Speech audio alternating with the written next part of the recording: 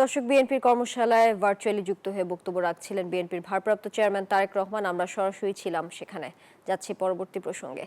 ঈদের আনন্দকে বহু গুণে বাড়িয়ে দিতে সানমার প্রপার্টিজের আয়োজনে চট্টগ্রামে শুরু হয়েছে সানমার ঈদ ফেস্টিভ্যাল। আধুনিক নগর জীবনের স্বপ্নকে বাস্তবে রূপ দিতে সানমার প্রপার্টিজ এই বিশেষ আয়োজন করেছে তাদের অন্যতম প্রকল্প সানমার গ্রিন পার্ক। 24 এপ্রিল থেকে শুরু হওয়া এই উৎসব চলবে আগামী 27 এপ্রিল পর্যন্ত। 4 দিন ব্যাপী এই আয়োজনের উদ্বোধন করেন সানমার প্রপার্টিজের মহাব্যবস্থাপক লিয়াক হোসাইন চৌধুরী সহ অন্যান্যরা উপস্থিত ছিলেন। চলবে সকাল 10টা থেকে রাত 10টা পর্যন্ত।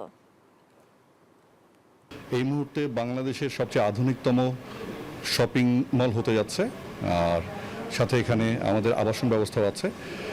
তো আন্তর্জাতিক মানের একটা শপিং মলের জন্য যা যা দরকার সবকিছু এখানে আছে, সব সুযোগ সুবিধা আছে এবং এটা একটা কন্ডোমিনিয়াম আবাসন প্রকল্প। অবশ্যই আমরা চাচ্ছি যে চিটাগংয়ের বিজনেস হাবটাকে আমরা পরিবর্তন করে নিয়ে আসছি এখানে।